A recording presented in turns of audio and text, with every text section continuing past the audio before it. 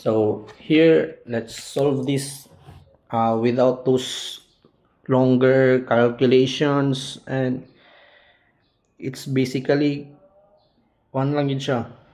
Solve lang using minimal computation. So first, first things to do is reaction. RB and RD. Pero you'll need to write the reaction. Kay hahanapin to ng professor nyo. So B equals to 0. So no more drawing. So 30 counterclockwise, that assumption. Upward positive, clockwise positive. Negative 30 times 1, positive 50, okay, it's in clockwise, times 3, and RD, negative RD, times 5. So RD is equals to, reaction na to, RD is 24. RD is in 24 kN. So summation of forces Y ay vertical, we know 0 here, so it's 30 30, which is negative kay downward position, plus 24, 24 minus 50 minus plus RD. So RD is equals to 56. This is RD.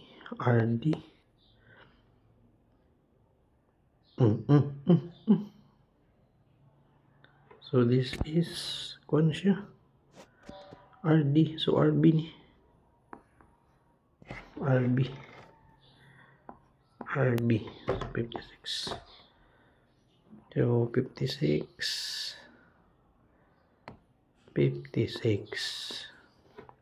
24. Sakto din, sakto. So as I said last video, you can directly plot the shear and moment sa drawing. So this is A, this is B, C, D. Look so from left of A is 0. There's no shear from the left of A. Let's wait. There's no there is no 0 from the left of A. So ang technique here is talk to yourself. Man, the shear force is the pushing forward or bringing downward, something like that. So from 0 though, there may force na 30 kN na magtutulak. So from 0 tutulakin ng 30. So pila? It's 30 yapon. It's negative 30 since downward siya. So from A to B here, there's no load, diba? So cross lang. That. And from negative 30 here, ay pangit ng pen. Negative 30. So, negative 30 dyan. It's negative 30 plus 56. Why plus 56? It's like this lang. May 30 daw dito. Tapos may 56 kN na magtutulak. So from here daw, tutulakan na ng 56 pack. It's in 20, so it's negative 30 plus 56 since upward man ang RB or ang 56. So it's 26. So here from B to C, no load. So yan, cross the line and pack. It's 26. Why 26? Diba same lang, walang nagbago from B to C. There's no load pushing the line upward or downward. So it's 26. Ay, pangitag sulat 26. So again, ask yourself, may magtutulak ba ng 26? Meron, may 50. So from 26 daw, tutulak ng 50 pababa. So 50 minus, it's negative 50 plus 26. It's negative 24. So tama, nasa baba, negative 24. Diba? From 26 tulak 50, negative 50, so it's 24. So from 24 daw, from C to D, tignan mo here section, may load wala, may tutulak ng line mo wala. So diba wala, unless if may another resultant forces dyan, pero wala man. So straight line. So it's negative 24 lang. So again, ask yourself, dito sa line na to, erase mo natin. Dito sa line na to,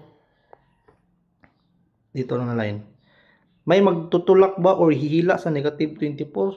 Siyempre meron tayong RB dyan, which is 24. So si negative 24 daw, tutulak yan ng 24 kN din. So it's negative 24 plus 24 kay upward position. So it's 0. Right? Oh. 0. So you know, tama ang sagot mo dahil nag-0 ka.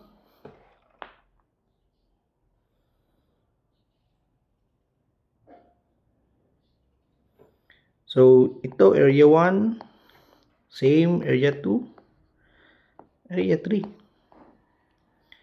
Dito lang ang minimal computation. So here back. Moment daw from here.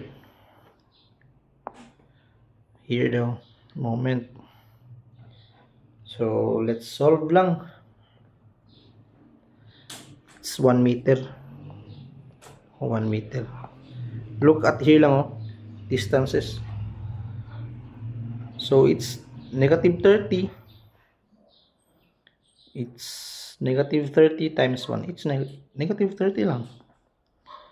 Negative 30. So area 1 mo, it's negative 30. Area 2 is 26 times 2 man. Is 26 times 3. 26 times 3 is 78. Then minus area 1. Why minus area 1? Because your area 1 is below this axis. See this axis? It's below. So if it is below the axis, it's negative. So it's 78 minus 30. So that's your answer. So from B to C, it's 48. 48 yan, 48. Give 30, tapos 48. So area 2 is 78. Yan, 78. Tapos area 3. Solve area 3. 24 times 2 is 48. Right?